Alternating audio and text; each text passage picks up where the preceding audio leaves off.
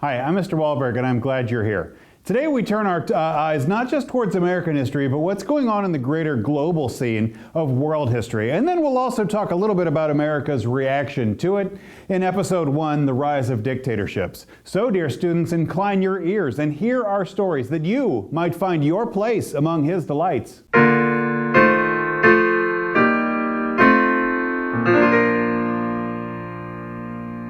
We have two objectives today. By the end of this class, you should be able to identify the types of governments that took power in Russia, Italy, Germany, and Japan after World War I. So kind of a throwback topic today. We haven't talked about World War I in a while, but it's the focus of today. And then you should be able to describe America's turn to isolationism through the 1930s. But let's begin in Roman numeral number 1. When settling, the First World War, President Wilson, his goal was to create a just and secure peace. In reality, the result of those negotiations with the Treaty of Versailles caused anger and resentment throughout Europe. Though Wilson had promised to make a world safe for democracy, the democratic countries that emerged from the Treaty of Versailles had very limited or no experience trying to actually practice democracy, and so they tended to elect authoritarian leaders to go solve their economic and social problems. The resulting dictators that came out of it rose to nationalism-driven power that left the new and fragile democracies essentially to collapse. Subpoint B. Let's focus on what's going on in Russia with the development of the Soviet Union. In 1922, Vladimir Lenin established the Soviet Union after the Civil War that ousted and killed the Tsar, establishing a communist country. Though they were members of the Entente for a while, Russia's early exit from World War I meant that they weren't invited to the Treaty of Versailles peace settlement and actually ended up losing Russian land to go create other nations after World War I. Russia felt cheated by the treaty in a lot of ways. And so in 1924, Joseph Stalin took over the Soviet Union. He hoped to move the Soviet Union from a weak agricultural nation into a model communist country. He replaced private farms with the idea of a collective of farmers who were all working on large government-owned farms worked by hundreds of families. He replaced the private farms, these collectives, and then used a series of 5-year plans to direct industrialization. Stalin put all of the economic activity of Russia under direct government control and created the world's second largest industrial power. The human cost of this industrialization, though, was tremendous. To consolidate and protect his power, Stalin purged anything that he saw as a threat to it, not even sparing his faithful supporters or close advisors. Between 8 million and 13 million people, we'll never know the real number, were killed in Stalin's purges.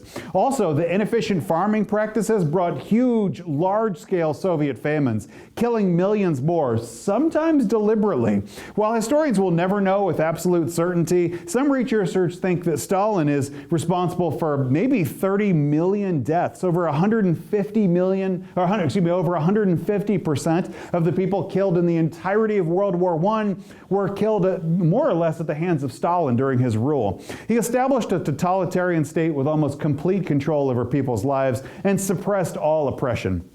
Subpoint C. Let's turn our eyes towards Italy. Land reforms before World War I had ended Italy's long-standing feudal economy, but still left most of the ownership under the hands of just a few rich Italian families. And they were mismanaging their farms and leaving widespread unemployment. Most Italians many Italians just left the country if they could, causing major depopulation before and during World War I. Though Italy had fought on the side of the Entente during the Great War, Italy's Prime Minister Vittoriano Orlando was muscled out of treaty negotiations, and Italy ended up actually losing land in the deal, even though they had promised to gain land out of it. Italy lost over 650,000 soldiers during World War I, and almost 600,000 civilians from the famine and strife. About 3% of the country's population died in World War I.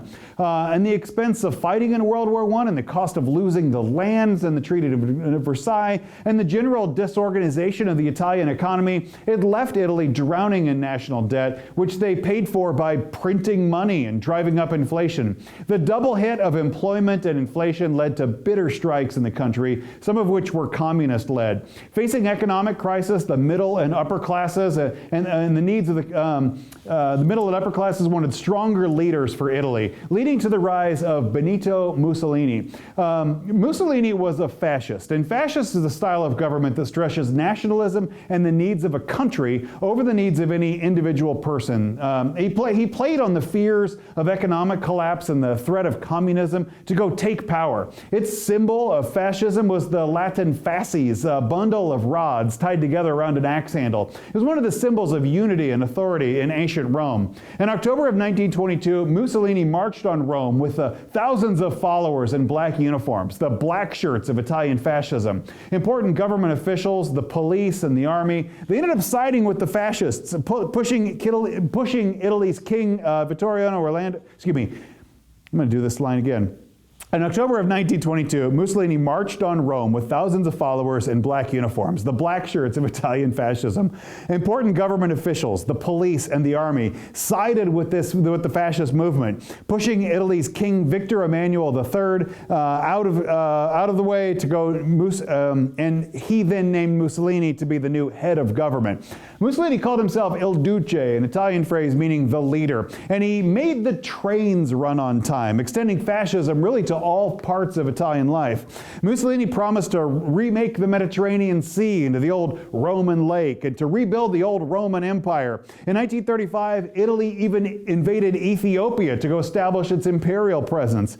The League of Nations responded with an economic boycott, but it was effective at stopping Italy from trying to take Ethiopia.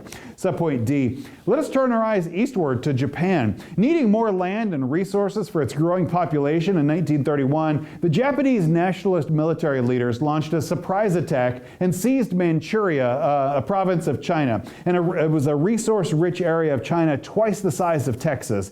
The League of Nations condemned Japan's action, and they sent in representatives to Japan to go investigate the attack. The report that resulted out of it condemned Japan, but it was powerless really to do anything about it. The Treaty of Versailles, the League of Nations was toothless to go enforce laws like this. And so, but in reaction, Japan just quit the League of Nations. Why would they belong to an organization that doesn't seem to like them? Inspired by the success of the takeover, militarists took control of the Japanese government, and Japan began to militarize and harden its rhetoric. Subpoint E. But let's turn our eyes to the most famous example of this era, that of Germany. Germans had resented that they had to go take the blame for World War I, and that they had lost their colonies and their border territories to their neighbors, problems that had overwhelmed the German government known as the Weimar Republic, a fragile and deliberately weak government of Germany. Adolf Hitler became the leader of a minor political party of the era, the National Socialist German Workers' Party, better known as the Nazi Party. Hitler had served jail time for a brief political insurrection in 1923, during which time he wrote a book known as Mein Kampf, a book that laid out the basic beliefs of Nazism.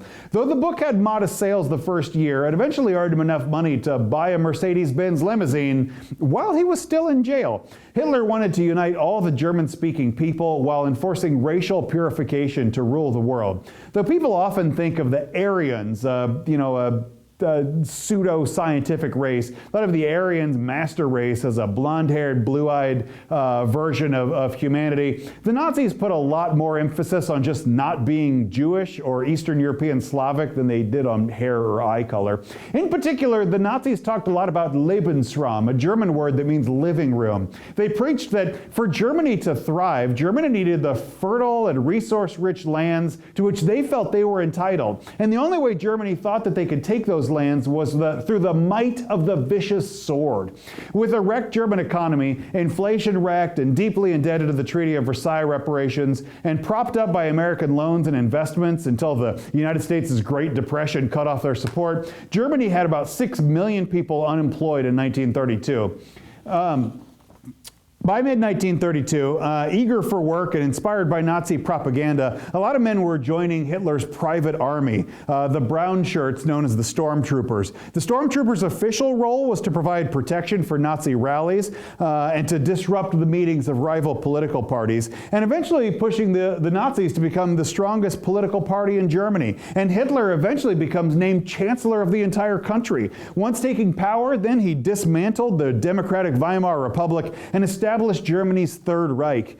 Hitler claimed the legacy of the old Holy Roman Empire and the Second Reich of Kaiser Wilhelm. And he says this was a 1,000-year Reich, the Third Reich, which would last for a millennium. Inspired by Japan's withdrawal from the League of Nations, Hitler himself quit the League of Nations in 1933. By fall of 1935, he'd built his military up in defiance of the Treaty of Versailles rules. Then he sent that military into the Rhineland, a German region between France and Belgium that had been demilitarized by the Treaty of Versailles but remilitarized under Hitler's direction.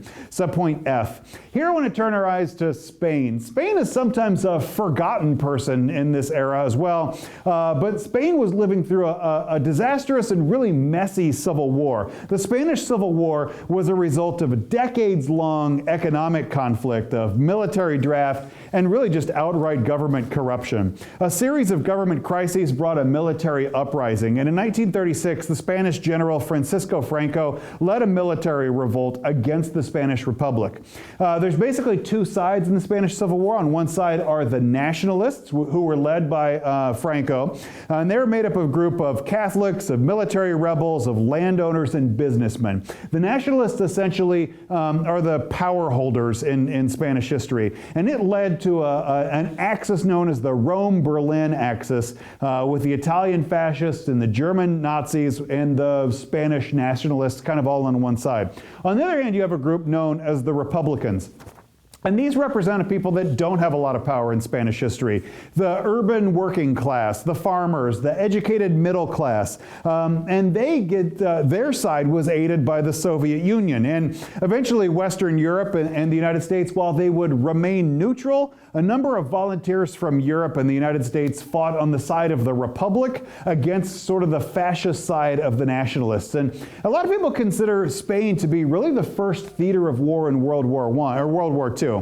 Such limited aid wasn't enough to wasn't enough to stop the spread of fascism, though. And the Soviet Union then sent in equipment and advisors to go put down the fascist spread. Hitler and Mussolini backed Francisco Franco's troops with troops and weapons and tanks and fighter planes.